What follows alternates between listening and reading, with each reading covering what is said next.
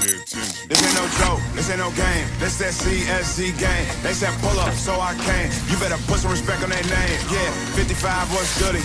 Kill the vibe, how could he? Big Cardinal on the hoodie. Let me break it down for you fully. This ain't your average broadcast. This ain't just no podcast. All the shows spread fake news. We just call it podcast. West, Joey, Sam, Sean, Dawson. And you know that boy hit you. He said he wants small fries. Tell him they better make him big. Yeah, you already know what we be on. You bet. Here he goes. This place is gonna. If we set it instead of the stone, sit in the seat, set up your phone. You in the Cardinal sports zone. Straight steal of home. The slide. The Cards win. The magic is working tonight. How do you know when things are The emotional journey to the championship.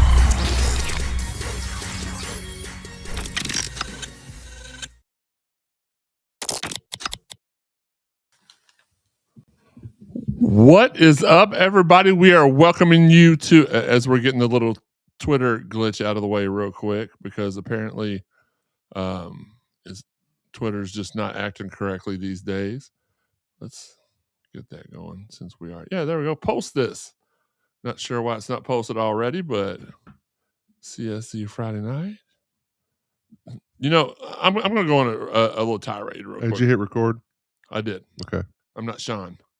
I'm going to go on a little bit of a what grinds my gear type thing. Now, before I start, I've got full promotion from everybody at the company to say what I'm about to say, so you don't have to worry about me getting kicked off the airwaves.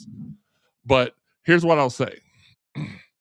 If you pay $100 a month to use streaming, the whole package, the whole streaming thing, you should be able to have every functionality from Twitter, every functionality from Facebook, and every functionality from YouTube.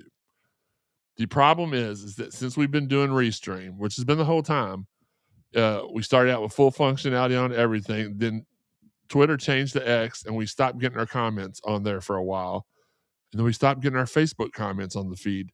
Then it stopped showing us how many people were tuning in live. Then now it doesn't even post to our Twitter feed automatically. We have to, during the show, we have to go in and do it manually. We got to figure out a better way. But anyway, coming to you live from the Shoot 360 studios. Welcome to the longest running streaming podcast in the nation, devoted strictly to the University of Louisville athletics. This is the Cardinal Sports Zone podcast, brought to you by Prime IV in Louisville. I'm your host, Jeremy Wallman, and here are my co-hosts. He is the football beat writer and the women's basketball beat writer. He is Mr. Sit down at the last second, but he's still here, so it don't matter. It's our guy, Sam Bazin. What up, what up? Across from him, it is the big little brother. He is our comedic relief and our, actually, as of late, he's been our stat giver. So he's been doing a great job. I've been doing that over the course of the last 5 years. That's true. Hey, That's Sean, true. or hey, Higgy, and blah, blah, and then I get it before they do. Very, very true. It's Joe Wallman. Last but not least, he is a man. You know, he's very secure in his manhood. He doesn't even celebrate Valentine's Day, and that's by choice. And the choice is hers. It's Schwan Barber, y'all. Schwan. You say something about Valentine's Day, he's like, who's Val? Well, no. So I did ask him I did ask him what he was doing for VD the other day, and he said cream, and I'm like, wait a minute, that I meant Valentine's Day. Don't forget the Mossy Oak chat line is open. That's just lube. And I don't think robots can give that to you. If you're watching on Facebook, Twitter, YouTube, or however, send your questions on social media. A grease infection? Check on the graphic below on the right side to see where to follow the Cardinal Sports Zone podcast on social media, and on the left side to see how you can help support the podcast monetarily if you'd like to. Hit that thumbs up button while you're watching on YouTube. It is our preferred way of you watching the show. It helps us out more with sponsors analytically. We just like y'all to tune in however you can, but we prefer the tube of you. Pause. Subscribe to the podcast on YouTube and Facebook to be alerted anytime we go live. Speaking of our sponsors, shout out to all of our fine sponsors: Fitness Market, Four Pegs, Collision Course Crew Tailgaters, Cherry Picking, Shoot 360, Mossy Oak, Planet Fitness, Rally House, Zach from Beckman's Fine Blades, Josh Jarbo from Remax Realty, and Prime IV of Louisville. Speaking of Prime IV Louisville, at Prime IV Hydration and Wellness, they believe in the power of personalized healthcare. Their memberships are designed to provide you with regular access to top quality IV drips and injections tailored to your unique needs. Discover the benefits of consistent wellness treatments and join the Prime IV family today. Your journey to better health starts here. Give them a call or text at 502-251-9836. Tell them Cardinal Sports Zone sent you. They'll be glad to get you set up. We've been having people, U of L great Ivan Green showed up there the other day while we were all there because of our show. We got other people heading out there this weekend. It's so packed that we can't even get in this weekend because of all the good things we're doing with and for Prime IV. So we appreciate that. Guys, let's get started. This is going to be an amended show because obviously we're coming to you on Friday night. Just to be perfectly honest, I have had a bunch of doctor's appointments today. I'm going to be crashed out the rest of the weekend. I didn't want to get you all here together Sunday night and then me just be so tired I couldn't do the show right. So we're doing it tonight. We all get together to watch wrestling. So we'll do the show. You'll be asleep. I'll fall asleep about 8:30. Yep. No, I'll be up. I slept a lot yesterday. Just stand up while wrestling's on. I'm gonna do jumping jacks. No. So it's probably we're not gonna have two games to recap. On the men's side, we're just gonna have the one. Speaking of, let's get started off. Cards win bigly on Big Monday, 118-77. The Cardinals tie the school record for most 100-point games in a season. First time ever that the men's team, I have to say that because there was a big outrage on social media that the Louisville men's basketball team did not state in their tweet that it was the first time the men's team ever had two 30-point scores or more, even though it was the men's basketball team that tweeted it out. 31 points for Ryan Conwell, who was seemingly doing it with ease. 7 boards, 6 assists. Messed around and almost got a triple-double. But even that, on a normal night, you'd be like, what a performance. That was the showcase performance of the night, but it wasn't because Michael Brown went double dribble, corner 3 cheat mode NBA Jam on them. What's NBA that? Jam scoring. Yeah, it was ridiculous. Did you all get to see the tweet Louisville basketball put out? It was the double. It was Family Guy. Y'all didn't see it? Yeah, you saw it. I saw it. Sam, did you see it? You didn't see it. No, he's a women's basketball beat writer. Well, 2 women had scored 30 points in a game before. I learned that this week after the men's basketball game. I wish I would have had that queued up then. It was so awesome. It was like Cleveland was like, "Well, don't you do the cheat thing in the corner where you shoot the 3 and hit it." And he just Peter's like, "No, stole it. Nah, I'm not gonna do it. Corner 3." Yeah, I remember that episode. It was awesome. Dude, there's a lot of questionable stuff in Family Guy, but there's also some really fun gems there. But Michael Brown, 45 points, ties the school record. 10 3-pointers, ties the school record. 9 rebounds. A whole bunch of people had that. It was the 6th 20-point game, most by a freshman in U of L history. He set the ACC freshman scoring record with 45 points, which eclipsed Cooper Flagg last year. I believe he had 41 or 42. 42. He tied Wes Unsold's scoring record. By the way, wearing the Wes Unsold-inspired jerseys. He tied Rain Smith's 10 3-pointers that he set last year, which I believe was that Dean had 9. He beat Dean's 9. Yeah. It was just fantastic. This is what we've been talking about all year, too. Did you all if you have the ability to rewind the last 4 episodes of this podcast, we've all sat on here and said, if we would go inside out instead of outside out, we would play so much better. Even if the shots aren't falling, you play so much better. We went inside out this game. And again, Michael and Ryan just unconscious. It's going to happen. There's going to be games where they don't hit like that. But when you do it that way, when you lean on the inside game first, you're going to open up your shooters. I think Sam agrees for it to happen. That's the normal view of Sam right there. It is, but yeah, you're going to get that kind of you're going to get that kind of effort. You're going to get that kind of results because we won by 40 40. 40 something. Yeah, it was 41. 118, 77.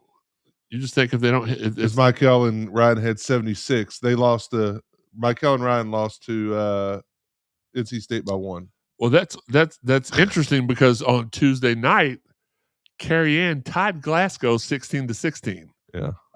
She also became the second leading blocker in the state of Kentucky history. With 750. Yeah. We'll talk more about her in the closing segment as well as we always do.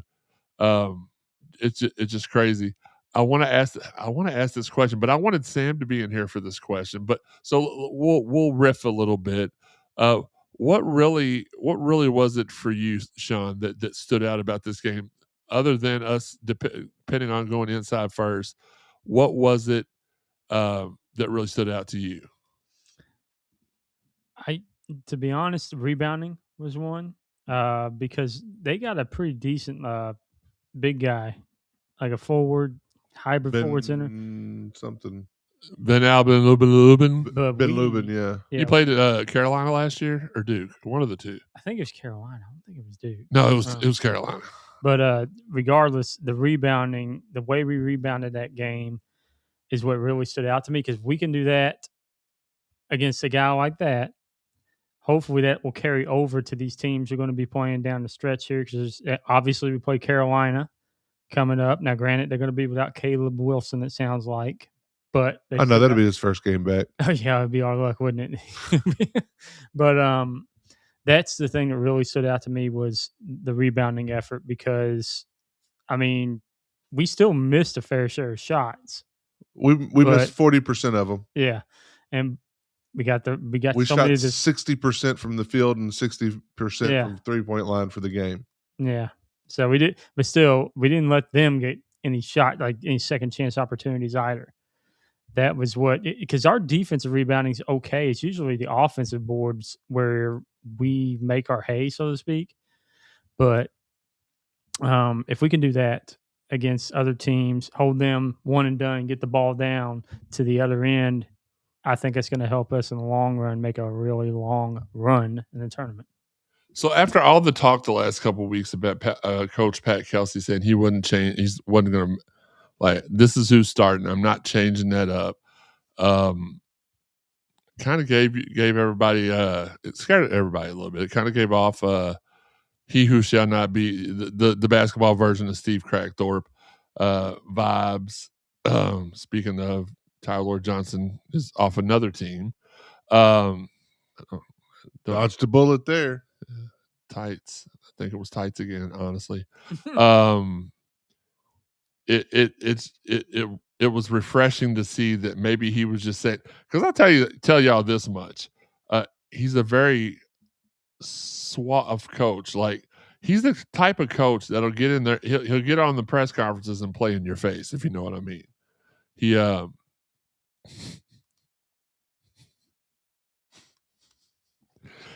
He's very blunt. I think he would even.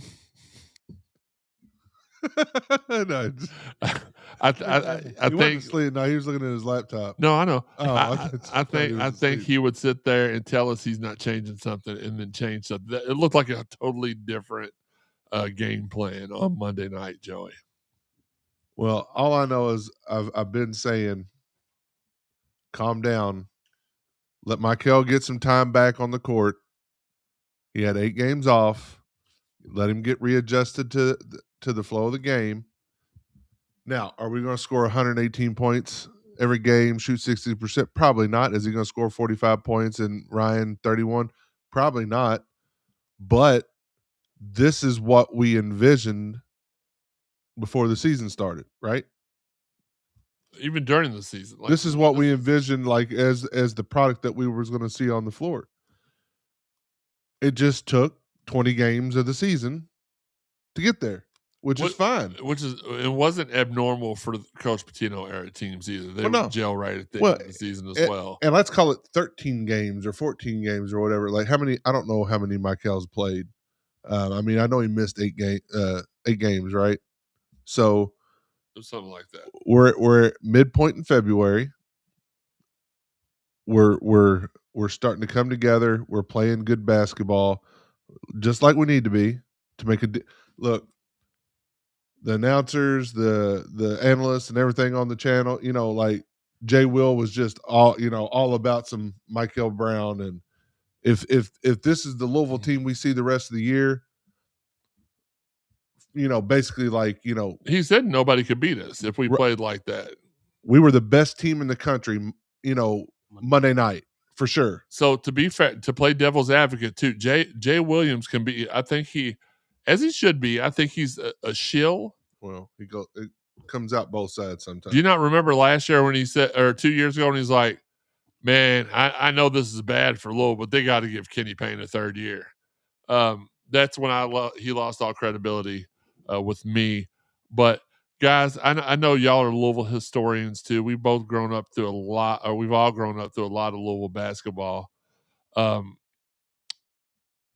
If they keep up the same pace, which Ryan Conwell's been consistent the whole year, there's nothing for him to keep up. He's been doing it. Could Michael and Conwell go down? Sam, I'll ask you this first: is the best backcourt in Louisville history? No, they. Who would you? And let me add a second part. I know who would you put in front of them? Right off the top of my head, I'd put Siva and Russ just because of the championship. Okay. 1 year. Well, what if we win the championship? Then I was just. I would compare one. One year doesn't do it for me. It has to be consistent. Okay. But reshape the question. Would this be the best one year backcourt? Because we're not going to have Michael more than 1 year, right? So you're not going to be able to make that comparison. And we can't have Ryan Conwell more than 1 year. Right. So. Well, true. Right. So if you just go based on 1 year, and saying we do win a championship, then yes. Okay, fair enough, Sean. I have to agree with Sam. Peyton and Russ together were just. Sosa and Jerry were they were good to electric. They weren't Peyton and Russ. Francisco and Earl were and Taekwon I meant Taekwon, guards though. Francisco and Francisco Taekwon was a guard. Yeah, Francisco was a guard forward. He played. He played two a lot. Yeah. But yeah, because Larry played the three. And they would interchange. They would interchange. It really. That's who I would put the closest with Russ and Peyton, Taekwon and Francisco.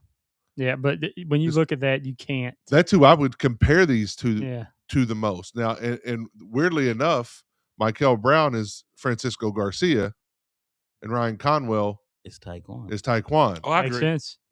But that's who I would that's exactly who they remind me of, because Francisco is such a dynamic player. He could shoot the deep ball. He could get in get inside, assist, rebounds, just a dynamic player. Taekwon was a scorer. I mean, that's what he was there for. He was there to score. He wasn't getting you rebounds. He obviously got some, but that's not what he was there for rebounds, assists, this, that, and other. No, he was there to shoot the deep ball, and he did it, and he did it very well. So that's a different question. Who's the most impactful and historic backcourt in Louisville history? If anybody gets this right, I'll give them $25. There's a correct answer. If it's not one of the ones we've already named, it's not. Is it got to be with Reese Gaines then? No. It doesn't have to be. It Alvin Sims and Marcus Maben. No. I'm just trying to think of good backcourts that we've. I said impactful and historic. I didn't necessarily say good. Impactful and historic. Is all right? Impactful a key word in it? I'll reveal the answer. It is Terrence Williams and Andre McGee. Oh God. It was a great answer for sure. I want to bring up this comparison because last year, once a certain someone untwisted his hair and revealed Fro Chucky to us, he played at a different level. We've got Fro Michael as well. I told y'all that at the beginning of the season. Oh, please take him down. Do we think now, Sam? I'm going to ask you this, not for any other reason other than I'm going to you next. But do you think that the braids could affect the shot? I mean, could they just be uncomfortable? I don't know, because Ryan Conwell is twisted up, and he don't have any problems. So maybe that's just a moot point. He's not PG1 though.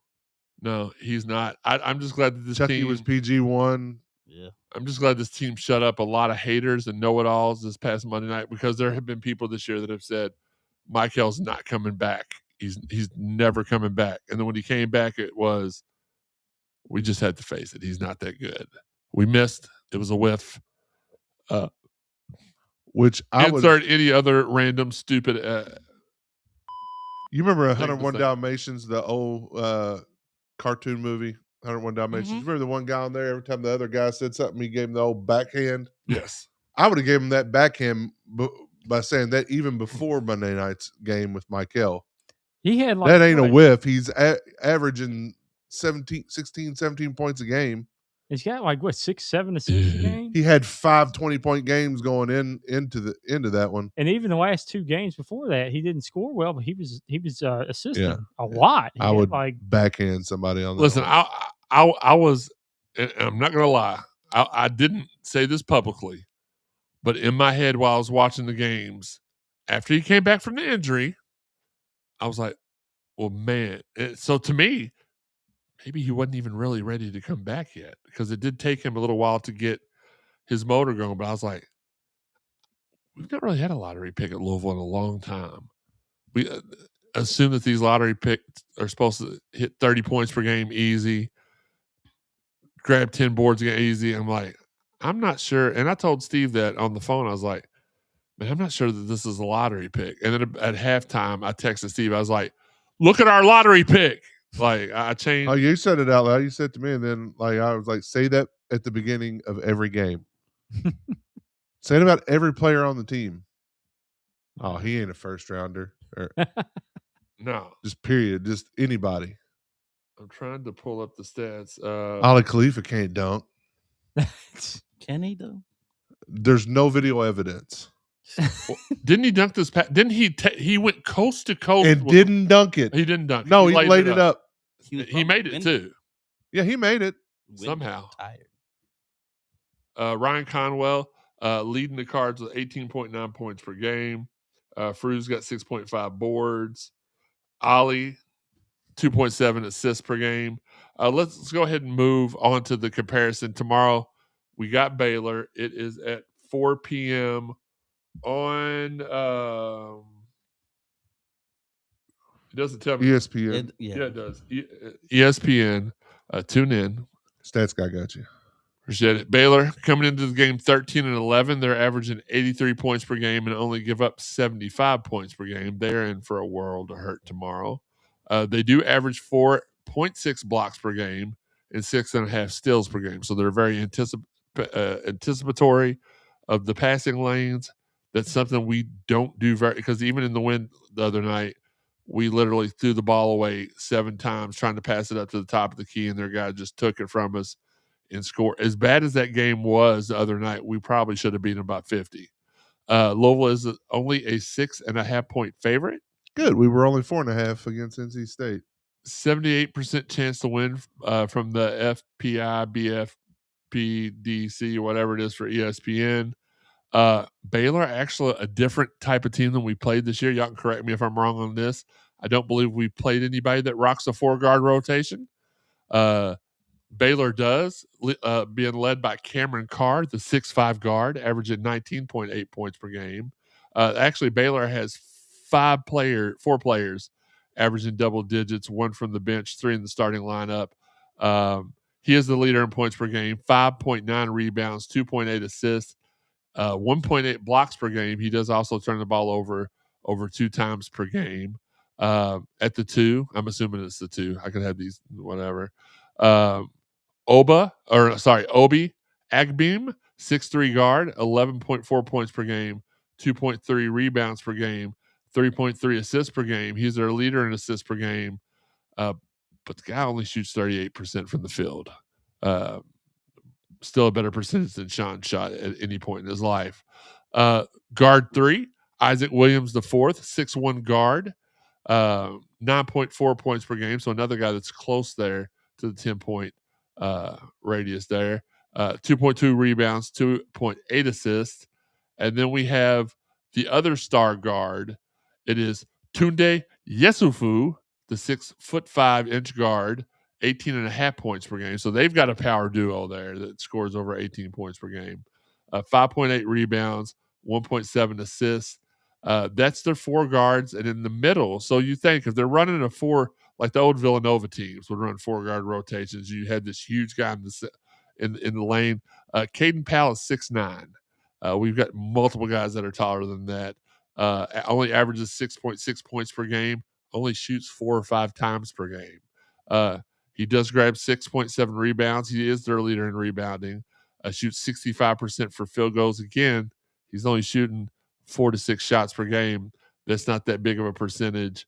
And then 2 guys, Rataj and Skillings, they started for the first half of the season. And Isaac and I think Oba, whatever his name is, Obi. Not Obafemi. Oh. That's who I wish we got this weekend. They started at the beginning of the year. They had been surpassed, but they're still averaging. And I checked their last game. They still both played about 19 minutes the last game, averaging 8.1 and 10.2 respectively. So they also play a lot of guys. They match Louisville in that aspect. So, Sam, we'll go to you first on this one. Who would you start against Baylor, knowing that they have a 4-guard rotation? Because I feel like when we played Tennessee, we had a mismatch between Ament and McNeely. I'm wondering if that mismatch could work for us in our favor if we just ran the same starters out there. I stick with my starting 5. There's no need to change anything right now. Maybe not for a while, but I would not change anything, because when you start to change things, you get your players start to second guess. They start to maybe overthink a little bit. But when you keep the routine, they know what to expect. They're more confident in what the plan is. So I wouldn't change anything. And part of the reason why, that's part of it. The other reason why I would not change anything is because our guards rebound extremely well. Michael, Ryan, and especially Isaac McNeely. So with them rebounding well, we can also, like we've done before, start the break. As soon as we get the ball, there's no need for an outlet pass because your guard already has the ball. So because our guards rebound so well, it should negate the fact that Baylor does have 4 guards, and they have, I think, like 5 people. 4 of them are guards that average over 5 rebounds. Almost, I think 4 of them almost average 6 rebounds a game. 3 guards and 1 center. So the fact that our guards rebound the ball and their guards rebound the ball, we should cancel out each other, and then that's where you come into the depth. I think our depth is what's going to take us over the edge when you have Kanai Ruth coming in too soon. Kobe Rogers had 6 rebounds last game. I think he led the team in rebounds. So when you come off, he had Michael at 9. So Kobe had 6. And you also have Woolley in that second wave, right? So now are Kobe, Woolley, and Roots better than Rataj and Skillings? I think so. As a collective, yes. And if you want to throw in Case and Pryor slowly starting to regain form. Keyword slowly. I definitely would not change the starting lineup as is, because it could and it will work. I don't necessarily disagree. I don't disagree with you at all, because what you're telling me is that you're going to have a guy in Sanan Defru going who's a legit 7-footer, right? Or is he 6'11"? Which one is he? I thought he was more 6'11". 6'11". Yeah. Going up against a guy that's 6'9", and then the rest of the guys are all 6'5" or shorter. No, they have it starts in their starting lineup. It's 6'5", 6'5", 6'3", 6'1". Oh, you right. They did take out Skillings, and because he's 6. I think he's 6'8". Who, Skillings? I think one of the guys that were starting. Gotcha. I'm not. I didn't care that much about Baylor to do that much. This is the most research I've ever done on the team. So, but they're extremely small, man. And you're talking about guys like, for all the, all he does is hit 3-pointers. McNeely is an excellent rebounder for us, and he may not be a 7 or 8 rebound guy per game, but his 4 or 5 rebounds are situationally clutch rebounds. Like we're up 3, we need a board. He gets it, takes it down, and we're able to score and extend the lead. Our guy Babu says, unpopular opinion, but the best backcourt he thought we ever had was Bobby Turner and Griff. Bobby Turner was a bad man until he got kicked off the team. Yeah, it's before my time. Yeah, me too.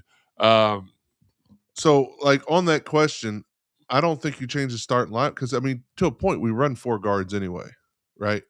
Hadley plays guard some, right? So does McNeely. So we're already doing that. But it's like y'all said, it's the second wave. Now maybe we don't bring Ali in as much. Maybe we play Kanai at the 5. If you're talking about their center is 6'9", well, so's Kanai, right? So maybe we run more of Woolley, Rogers coming off the bench with some of the other guys in the starting lineup in there. And we just, maybe that's where we see a little tweak is we don't see Ali as much because if he's going to be, if their guys are smaller and are getting up and down the court, he's not going to be able to keep up with them, right? No. So that puts you at a disadvantage there. I'm not saying he won't play at all, but I think maybe you see more of Kanai. When Kanai comes in, maybe he comes in for Sananda going up against that other 6'9" guy, They've got 4 other guys that are taller than 6'9", including a 7-footer, 6'11", and two 6'11". Now you've done even more research. And a 6'10". Yeah, well, that's true. I did. Crap. You would have thought your stats guy over there, Sean Barber, would have looked that up. No, you wouldn't. No, I knew. Hot take. I actually have changed my mind. I am going to start Javon Hadley at the 3, and I'm putting Kanai Roots in there at the 4. I want this to be a confidence-building game for him. If he is playing one-on-one. So you take McNeely out of the starting lineup? Yes. Which I have said before, that if I could make one roster, and not because I don't think McNeely's good enough, but like who better to have in there just stroking threes when the other team's second unit's in there or the first team's getting tired, you put him in there alongside Woolley, alongside Alley. I think it's a no-brainer. I think it's a great decision. And I think because here's the thing with Kanai. He just needs – you see him every game make stupid mistakes and then correct them, and then make stupid mistakes and then figure out a way to get past that problem without making that mistake again. I still believe what I said at the beginning of the season when I said I thought Kanai was the most NBA-ready player on this team other than Michael. I still believe that. I just think he needs the repetitions and Sean's reputation. And he get it. And what better of a game than a game where you can go in there and kind of do like Nate Mint did against Isaac McNeely and kind of impose your will. We'll see. I doubt that. I mean, we're speculating on that, but as Coach Kelsey said, probably ain't going to happen. It's going to be Frew. It's going to be the same starting 5. Maybe you get a quicker hook. Like if and when you really think about it in the grand scheme of things, does it really matter whether you start? I mean, because I've seen on some teams where a guy starts 4 minutes of the game, he comes out, and the other guy that comes in for him plays 30 minutes a game. We do that on the women's team. Yeah, so it's like does it really matter in the grand scheme of things whether you're on the court when the ball tips off or if you come in 5 minutes later and you play 25, 30 minutes? Yes and no. For me, it wouldn't. The reason why I say yes and no is because getting off to a great start is crucial to any team. So which is what we've done well the last couple of games. The games we've lost, we've struggled to get out. And we had Hadley and McNeely and right. Conwell and then that's the reason why I say yes. But the no part is, as a competitor in a close game, you want to be on the floor at the end. So right, that's what I'm saying. That's why I say it's a yes or no kind of question because don't matter how you start. It's how you finish, but Sean, that's when. Yeah. But if you get up to I know I jump in ahead a little bit, but if we go to the women's team with Duke, they got off to a horrible start against Duke. They fought their way back. They just couldn't recover. Right, but had they not had that horrible start, maybe they pull it out in the end. So guys, I got it. They pull it out in the end. I got a feeling that our slow starts are over. That's my hot take. Robert Holt says, I think Hadley is quietly having an awesome year. Plays D, gets a rebound when we need it, and can score. I call him a Dwayne Sutton type player. Yeah, I'm not acknowledging. Not doing it. Not after the goat in the chat. Yeah, I'm here. Not after the load of crap he's been feeding me the past couple of days. There's not a snowball. I'm not. chance in No. hell. No. Isaac, don't start. Just a goat tidbit. Oh, that's what I thought it said. Babu says that 7-footer for Baylor coming off the bench is that G League player that started playing at Christmas. He hasn't done much yet. Okay. That's why I didn't play in the G League either. How would you get, since Steve is putting his 2 cents in here, Steve, how would you, since you're, you're a coach now, you've been in the game for a long time now, over 1 years. How would you game play against Baylor? Because you know a lot about Baylor. I know, all jokes aside, you're the, when I was growing up, I didn't care about gameplay, or I just like, hey, let's hit baskets, let's play defense. Like these days, people really get into it and break down every aspect. And Steve's one of those guys that does, I guess, because for his love of coaching and what he's been doing here recently. That's probably why he likes stuff like that. But I might ask him to tell us in the chat how he would game play against Baylor. I have the Bobby Knight. I subscribe to the Bobby Knight way of thinking. Just score more points than them. Well, that was also Kenny Payne's way of thinking. No, we need to love on them. That was Dabo Swinney. No, it was Kenny Payne too. We need to love on them, and we need to wrap our arms around these kids. And it's going to take more than just me. Yeah, it's going to take everybody. We don't need the community. He said, "I don't care if we beat them by 1 point." Well, no, they used to ask Bobby Knight, "What do you think the key to the victory tonight was? Scoring one more point than them." That man was a class. No matter how many chairs. It's a good thing Twitter wasn't around when he was. No matter how many chairs or how many people he choked. We would have had video of him choking everywhere. No, there was video. Yeah, we had video. Yeah, there was video of it. Yeah. I mean, we saw, who was it that Latrell Sprewell choked out PJ Carlesimo? Yeah, I remember that. Oh, I remember that. Some people like this stuff. Sean, how would you game play? How would you game plan against Baylor? Destroy them, murk them. That's what I do. I just say, go out there and kill them, boys. This is why you're getting okay. Pressure. Just keep putting the pressure on them. I mean, run, get up and down the court. We're a team that needs to go fast. We don't need to play a bunch of half court. Press them. Press them. Get up and down the court. The more shots we get off, the better off we are. You just got to keep the foot on the pedal. You say press them. I say forget them. Sam, anything different than what they've said? Because I'm not very familiar. I'll be honest with you, not very familiar with Baylor. I did the research, but not very. I've watched a couple of their games. They're not overly impressive. Whereas some people be like, man, they're tougher than their record indicates. They've looked every bit of their record to me. They've had some moments, but with this team, it's all about ball movement and player movement. The more you get them to rotate, the more they mess up, the more they lack the cohesiveness of a great team. They have the talent, but more they do have the good coach too. He muted me. No. More ball reversal. Just trying not to say it that We're way. 7. We're all 7. Sean's an instant ball. He's been in ball reversal for 43 years. But and just get them, like I said, just get them in a constant rotation where they lose track of the man, they lose track of the ball, they don't communicate well. Going underneath screens instead of fighting through like the great coach said, be quick but don't hurry. I do think we do need to pick up the pace. And that's what this team's built for. Allow Michael to be the playmaker he is and the scorer that he is, and feed everyone, because I do think you get Pryor, you get Kanai, every once in a while, through they will outrun Baylor's big. So, like I said, pick up the pace a little bit, get the ball moving. Most teams will outrun them. So no, I'm serious. Like I really feel like that. I think that's the recipe for them going forward.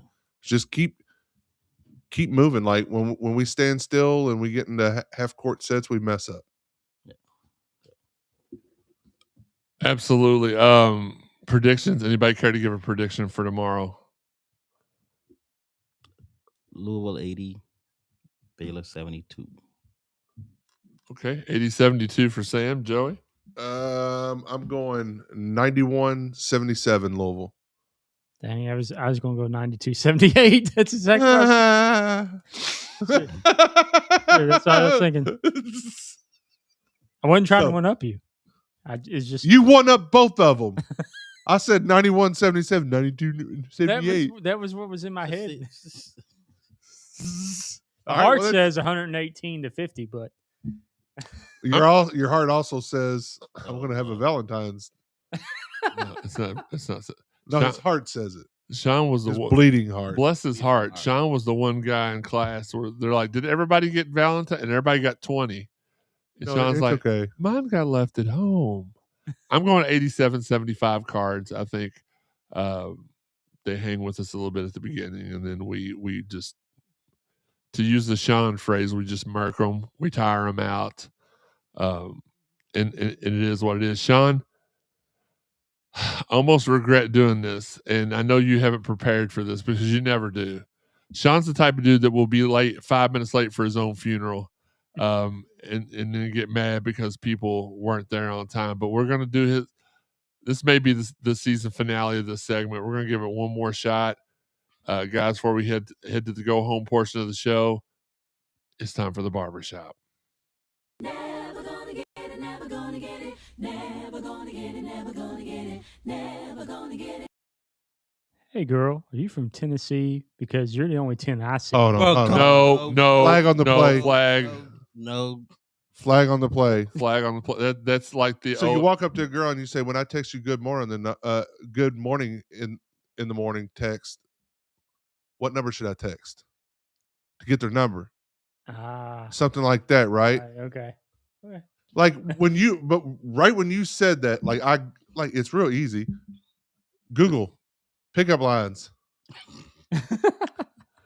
Hey girl, how about you come home with me and you can check my hair for lice? They say dating is a numbers game, so can I get yours? Let's do this, Sean. Let's start with this. Quit the hey girl. Yeah. The hey girl's creepy AF. Just hey girl. Because you're not pulling that off. I may not be Santa Claus, but I can No, still chimney. Hey girl screams Epstein list. That's all I'm gonna say. Oh, Sean God. has been to an island. He is an island. Schwanstein Island. Never gonna get it, never gonna get it, never gonna get it, never gonna get it, never gonna get it. All right, we want to give Hey, girl. another reach out to our fine sponsors: Fitness Market, Fourpex, Collision Course Crew, Cherry Pick and Shoot 360, Mossy Oak, So Planet good. Fitness, Rally House, Zach from Beckman's Fine Blades, Josh Jarbo from Remax Realty, and Prime IV Louisville. Speaking of them, are you ready to take your health to the next level? Prime IV Hydration and Wellness has a special promotion just for you. Join them now and receive 1 month free with a 6-month paid membership. This offer is only available for a limited time. So head on over to Prime IV in Middletown to enjoy their customized IV treatments and expert care. Elevate your wellness routine today. Give them a call or text at 502-251-9836. Tell them Cardinal Sports Zone sent you. If you're a wrestling fan, do not forget, not only do we have Friday Night SmackDown that started about 15 minutes ago, so start your DVRs after the show. Tonight's also TNA No Surrender. Our resident favorite wrestling referee is in Nashville, and just Dave Hebner's there? well, I don't do a show with Dave Hebner. Oh. No, the guy I do a show with is currently hanging out backstage with Jelly Roll at the show. And sent me a picture. So he doesn't know that just got him blocked. Segment 3, women's basketball. The number 9 Louisville women's basketball team defeated Wake Forest 86-67 to remain undefeated at home all time against the Demon Deacons, pushing their record to 13-13 and improved their record to 23-4, exceeding last season's win total. Higgy said, I don't know that it doesn't sound right. Did Louisville women's basketball only have 23 wins last year? Yeah, I think so. Wow. Sorry. Louisville shot 34 of 66 from the field, including 11 of 25 from behind the arc. And just to be clear, when I'm talking about this, these are all records for the women's basketball team because we're talking about the women's basketball team. They shot 11 of 25 from behind the arc in the win over the Demon Deacons. For the 5th time this season, 12 different players scored for Louisville. Of their 34 field goals, 25 were assisted on, a season high for the Cards against conference opponents. The women's Cardinal basketball team against ACC women's conference opponents. The women's Cardinal team forced 22 turnovers against the Demon Deacons, the 7th time this season they've turned an opponent over 20 or more times. Sam, was this the only game that Louisville played this week? They played a game on Sunday, but the next game they play will be Syracuse. No, not Syracuse. Yes, it's this Sunday. Sorry, Florida State. I was gonna say, didn't they play Syracuse last Sunday? Yeah, they played Syracuse last Sunday, but then they play with Florida State this Sunday. It's at 6:00. It's hard to say, but this team is getting better and better, like we said it would early in the year. The final score of the Wake Forest game doesn't tell you how dominant Louisville was. I mean, you had what, 2 players maybe played more than 24 minutes. The bench players got a lot of playing time. Grace got about 15 minutes. Rebecca Graves, I think she got about 10. Reagan Bender got about 15 minutes. So there was a long stretch where you had basically a quarter or more, where your reserves got some playing time. So that the lead kind of shrunk a little bit, but Louisville was dominant from the midway through the first quarter all the way up until midway through the third quarter. So Laura Ziegler led them in scoring with 13. Taj had 12. I always want to say Big E, but I can't say Big E. I mean, I think you can. E had she had about 10 points, and Skylar came off the bench with 9. So come out and support the women. They play at 6:00, Florida State. It's going to be a good game. It's usually always a good game against Florida State.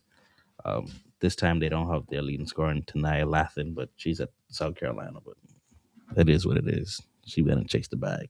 Maybe a ring too, but it is what it is. No bag chaser. That has more than one meaning. We've got some good time. The women's basketball team is they are, other than the mishap the other day, which was their only conference loss so far in the ACC. Correct? Yeah, it was. It is. They've been rolling. I think their only other losses were to like South Carolina. Was it Connecticut? Yeah, UConn, and then the team up the road. I don't acknowledge them. And the thing is, all 4 of those losses, all 4 of those teams have 2 things in common. 1, a great head coach, and 2, length from the 2 straight to the 5. I thought you were going to say they were all a bunch of. Sorry. So I guess that seems to be the Achilles heel of this Louisville team for right now. Let's see if they find a way to reverse that fortune, but length has definitely disrupted Louisville early on, and like UConn, they found a way towards the end of the game. South Carolina, they fought back and forth. The team up the road, they found a way to get used to it, to get accustomed to it, to adjust to it, but they didn't. They wasn't able to pull it out in the end. And then, like we talked about Duke. They struggled early on, but once they got adjusted to the speed, the physicality, and the length and talent of Duke, they came back. They took a lead, made it again, but just couldn't close it out. To go back to a prior point, Steve Rummage 3914 on YouTube says, you'll see Louisville with a lot of pack line principles tomorrow, which they do more than people think. Throw down every screen instead of blitzing and keep them out of the paint and on the 3. Also, what does Sean do on this show? This is all I got. Babu says, Sean's pickup line. Hey, girl, I've got candy in my van. Wow. Piece of candy. Wes Key says Schonstein Island is diabolical. No, it's not Schonstein. Schwanstein. Ty Robinson says, what channel's SmackDown was preempted tonight? It is on the Sci-Fi Network for tonight and next week, which we do have. Robert Holt says, okay, Sci-Fi. There you go. He answered for us. Thanks, Robert. Sometimes we get on our tangents. We don't really pay no attention, and we apologize for that. But yeah, Louisville women's basketball is on a tear. Louisville men's basketball is on a tear. today was opening day for the Louisville baseball team. They lost their first home opener since 2020 as they dropped a 4-3 decision to unranked Michigan State. This was a back and forth game the entire game. This game featured newcomer Giggity Slankers, his first home run of the season. He also had 2 RBIs, an RBI for Lucas Moore as well. The Cards were without outfielder Zion Rose. The pitching was rough. Again, this is a staple of Louisville baseball, unfortunately. Louisville out-hit the Spartans 8-5 on the day, but the Cardinals finished just 2 for 15 with runners in scoring position and came up just a run short. 4 runs ain't bad. I mean, ain't horrible for pitching. No, it's really not. The 2 teams will be back on the diamond for Game 2 of the weekend on Saturday with tomorrow with first pitch set for 1 p.m. I'll say this. I didn't expect to sweep Michigan State, especially with it being the first series of the season. I also did not expect to lose the first game of the series. Hopefully we can get everything. Now, I know you all may have heard, and again, I have been busy with doctor stuff and working and stuff this week. I just found out yesterday Zion wasn't playing. Did they give a reason why? He's got some kind of lingering injury, and they said if it was like a big time game, like if it was a playoffs, a regional, something, It's the first game He could have went. Yeah. Okay. Well, plus we got a bunch of cupcake non-cons. We got some tough series coming up here in the next few weeks, but we got some cupcakes. Who was the starting pitcher for us today? Was it Eberle? Eberle, yeah. Eberle did really, really well, and then they took him out in the 4th inning because he gave up 1 base runner. And then we got rocked because he only gave up 1 run. Wonder if maybe he tweaked something or something. That's why they took him out. I think he is a tweak. I mean, I bet they had him on pitch count just because it's first game of the season, cold weather. They'll do that a lot. You've been on a 43-year pitch count. Yeah. Oh, Chris Curry. I know we don't like to do comparatives, but Baylor lost to Memphis 1 week before we smacked them. So that is a good comparison there, Chris. Been in a bullpen. That's what he's been in. He ain't been in the dugout, that's for sure. Sean has not been in the circle. He's not been on deck. On the mound. No. He's not even been in the porta potty. First base, second base, third base, The concession home stand, base. Not even outfield. No, concession stand. No. parking lot. Not even in an arena. He's not even over at the Kroger. Not even in an Central arena. Station. Not even in an arena. Listen, No. shout out to our guy Aaron Flaker. He is. We are going to meet up with him. I think within the next few weekends, he's going to show us around Louisville baseball during one of the games. So we really appreciate his hospitality and stuff like that. Hickey's Rapid Fire, the University of, brought to you by AI, probably. The University of Louisville field hockey team adds to its collection of academic honors with 8 student athletes named National Field Hockey Coaches Association Scholars of Distinction, as announced by the organization.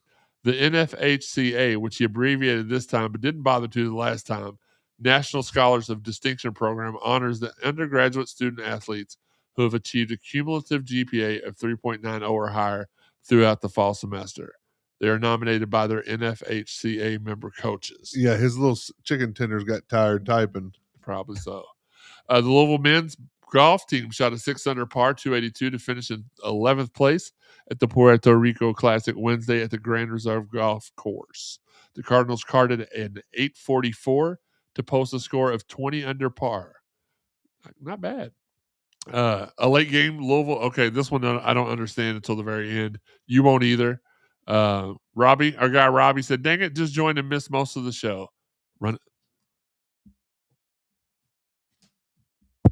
it back. It's just us, Oos. Day one-ish. A late game, which, by the way, SmackDown in a couple weeks. So excited. Sam, are you going with us? There's a ticket. You have a ticket. Are you going to have COVID that day? What? I'm just saying, it's in the CSZ, so it's in the 55 suites. Which, It's at the Yum Center. I know which day. Friday, 'cause February 27th. It starts at 8. I don't think that's my late week. I knew it was going to be something about late week. Well, I mean, he does have a. Oh, that's just when you say I need I off know, at I 5. had to leave here earlier because work called, and I was like, Sheesh. Okay, so y'all help me out here. It'll make sense at the end, though, so be patient. A late game Louisville scoring run came up short as Ohio State's Kate Tyrak go with 48 seconds left in double overtime lifted the Buckeyes to an 11-10 win in the Cardinals season opener Tuesday afternoon. Nope, still didn't make sense. and What sport? Yeah. Well, I guess it was soccer. Softball. Where at the very end he says the contest occurred at U of L's lacrosse stadium. Lacrosse. So, U of L pitchers Wyatt Danilowitz and Jake Schweitzer were each named to the Stopper of the Year preseason watch list released on Tuesday by the NCBWA. The two arms paired together to form one of the top end-of-game duos. Give you one person. 2025. 2 arms, give you one person. Let's see. Chris Curry. I'm proud of the NC State win, but because of Will Wade's track record, point shaving did enter my mind. Anyone else? Nope. Nah. No, but I will tell you this. Some insight. Y'all want some behind-the-scenes stuff? Pull back the curtains. Yeah, we want. Never mind. I have somebody that was with Will Wade Sunday night while they're doing their walkthroughs at Seneca, I think. When Will Wade walked into the gym, he told said informant, "Man, we could have really ran stuff together if I'd have got the job here at Louisville. Now they're going to have to pay for it tomorrow night." Crickets. Do you know every time I see Will Wade, I forget how dorky he looks. Like when I saw him Monday night, I could have sworn that he stopped by my house the other day and tried to introduce me to Jesus. I just like he said something about some witnesses or was it the cookie? Gonna hand you a card or something. He did. I thought I saw him at Kroger the other day trying to sell me a Spectrum package. That's he was at Target. I just always tell him I've got Spectrum already. Listen, that's exactly. I've already got all your stuff, man. Y'all rock. If you don't want to be harassed by the people in the stores, first, really quickly, look down at the booth to see what they're selling. When they come up to you and say, "What do you got?" I got AT&T, baby. No, what I do is I see them and then I dart down this aisle. I go about 3 aisles down. Well, no, that's what I normally do. That's what I normally do. It's like, you know what? I'm getting some extra steps in.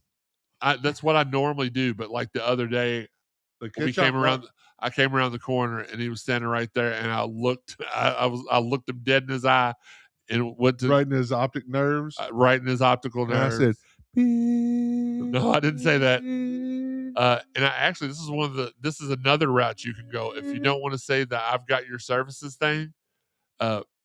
Because he asked me, he's like, "Well, what cell phone provider do you have?" I was like, "T-Mobile." And then I realized, oh crap, that's not T-Mobile. That's AT&T.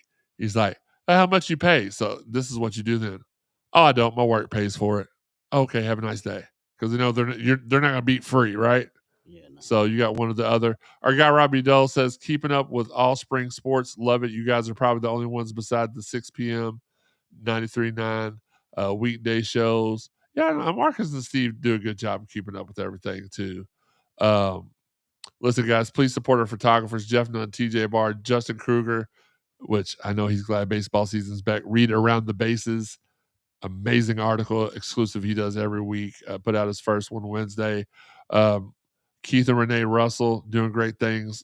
Check out Instagram. Keith is an artiste. He's got so many skills, and he puts out really good collaborations with all the players on Instagram. And our beat writers, show them some love. Sam Bazin, football, women's basketball, and Taylor Kopp, men's basketball, all killing it. I believe Taylor's going. She's taking my place this year and going to Charlotte for the ACC tournament. That truly was one of the coolest. Like, I had to do it at least once. It was one of the coolest experiences I ever had to be able to do that. Mike Kelsey's going to drop 46. Pat Kelsey, okay, down there. Pat Kelsey's first year. It was special. Stay tuned to our social media and subscribe to us on YouTube and Facebook to be alerted anytime we go live. Again, even though we prefer YouTube, you can find the audio version on over 125 podcast avenues: Apple, iTunes, Buzzsprout, Spotify, TuneIn, Google, Amazon, and iHeart. hit subscribe, like, heart, plus sign, or whatever it is that Sean does on the weekend. Now to have it downloaded directly to your PC, laptop, cell phone, or Tamagotchi immediately. If you haven't listened to all the prior episodes of the Cardinal Sports Zone podcast, it's easy to find. Go to cardinalsportszone.com, go to the podcast tab, podcast drop-down menu, select CSZ Podcast. For the stuff from our last 7 seasons, it's easy.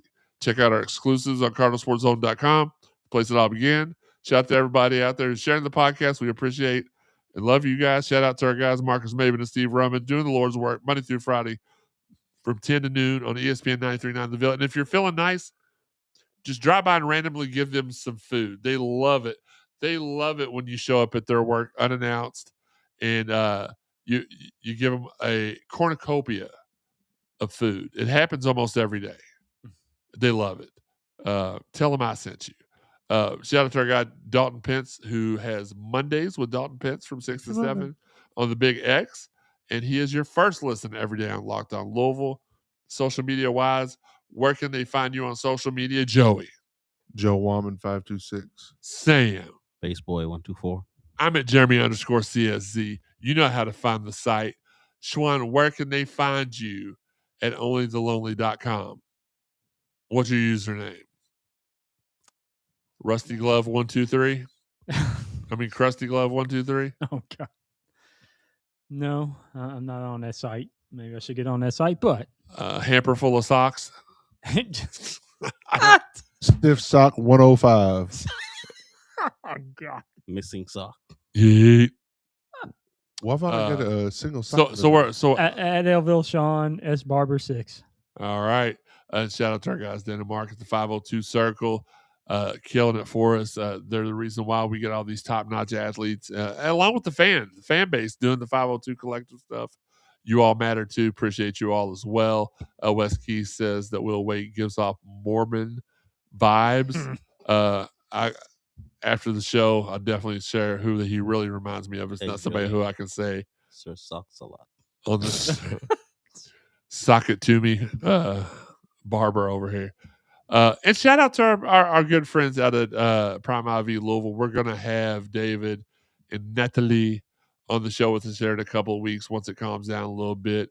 Speaking of them, did you know regular IV therapy can help improve your energy levels, boost your immune system, and enhance your overall well-being? At Prime IV Hydration and Wellness, their memberships offer a convenient way to maintain your health with monthly treatments. Visit them at Prime IV in Middletown to learn more about how their wellness plans can support your lifestyle and help you feel your best every day. Give them a call or text at 502-251-9836. Tell them Cardinal Sports Zone sent you. Final thoughts, Sam, take it away. Sam. Take it away. Thanks for supporting the podcast. Thanks for supporting the website. Tomorrow is Valentine's Day, so that makes today Sweetheart's Day. Happy Sweetheart's Day to my sweetheart. To my side piece, to my main lady. Oh, my God. Your side piece. Whoa. Did he say sweetheart or yeetheart? No, but he just said he literally said to his side and piece. my main lady. And my main lady. And my sweetheart. And his sweetheart. So it's three? Happy. Just one person, man. All right, Higgy, be more specific. He's all I want. You didn't let me finish. Well, but no, you said my. I did. I set it up that way. But anyway, happy Valentine's Day. And today's Sweetheart's Day. And you know that's hey, baby. You go ahead and you deal with your side pieces the day before. And Jesus Christ. Joey? Yeet. That's it. Oh, that's it. Okay. That's all you had. Sean? Well, it's Merkin season now in Texas. Baylor, the NCAA should have ended your program. After we get done with you on Saturday, you're going to wish they did. Thank I God. wish you had as much conviction in other aspects of life as when you approach women. Oh, yeah. Sean, approach women like it's Merkin season. Wes Key says Merkum. Sacco Sean _ Hey, Vinny, it's Mr. Sacco. I'll be honest with you. I thought Sean was going to a deep, dark place with Baylor. Like, hey, we're gonna beat you so bad. You wish your players would take each other out again or something like Oh that. no, that's. I thought that's what you were going to no, say. That's a little. Well, Sam's got 3. He should be recruiting bigs for next season. Hey, that's little did you know Sam used to recruit a lot of bigs. You don't know. He might have a couple bigs on the bench. No, sir. No. One. Just one. Listen, a couple shout outs. Shout out to our guy, our brother, our friend Nolan Smith. Win number 17 last night. I told him at the beginning of the year he was going to overachieve. He was going to get 20 wins. 3 away with 5 left to go. He plays the team. They're actually in first place now in the OVC by a half game. Are they Division 1? Yeah. And the 2 teams that are right there with a half game behind them play each other next week. And Nolan plays them both before the end of the season. So there will be a chance. The funny thing is I saw the first bracketology that included Tennessee State today. Any guesses as to who they had them playing in the first round? Arkansas. No. Kentucky. You get one guess each. You didn't say that. Sam? Duke. Yes. Yeah, it was the Duke Blue. Oh, that makes sense. It's really funny because like a month ago, I was talking to him about how they always try to put us against some storyline type deal. And I don't know if they do it to other teams, but they definitely do it to us. Well, he coached at Louisville, so they will. Yeah. So that's what I said. He called me today. I sent him the picture. He's like, ain't that some spit? That's exactly what they would try to do. That's all because of you. You get, I said, you're the one that coached for Louisville. You got the jinx on your own, man. That wasn't nothing to do with me. We've been shouting out Carrie Ann. We're celebrating her senior season. She just continued to kill it this week in Dare County. 24 points, 20 rebounds, 10 blocks. Would have broke 30, but shot an uncharacteristic 61% from the free throw line. She's like a 95% free throw shooter on the season. I've never seen anybody shoot a free. It's pure. It's like it's got that free throw drip. Magic. They beat Caverna in her final regular season home game last night. She tied Caverna by herself, 16 points to their 16 points. They won 66-16. They were up 30-0 after the first quarter. It was nasty. She played sparingly in the second half, or she probably would have had 32 and 20 again. Again, it marked her final home game ever. She did a great job on the post-game show, even though she was crying the whole time. I'm just kidding. Just like her daddy. Yeah. Well, the funny part was I kept waiting for her to give props to Jonathan. And they're like, what does it mean to play in this gym? And I'm thinking, well, okay, this is where you say, well, my dad played here. My grandpa played here. It meant a lot to me because of my family. And she was just like, I just love playing with all my friends. My dad's the principal here. Yeah, I've got like the most triple doubles out of any girls basketball player in the state. Yeah, this they year. call it girls basketball. And they are called the Lady Cats. So let's I can say again, that on that. As stated earlier in the show, she moved into second. Yeah, all time. 749 blocks in her career. She's second all time in the state of Kentucky for girls basketball and blocks. Well, in her last game, her game last week, she off of consecutive plays reached the 2,000 point, 1,500 rebound plateau.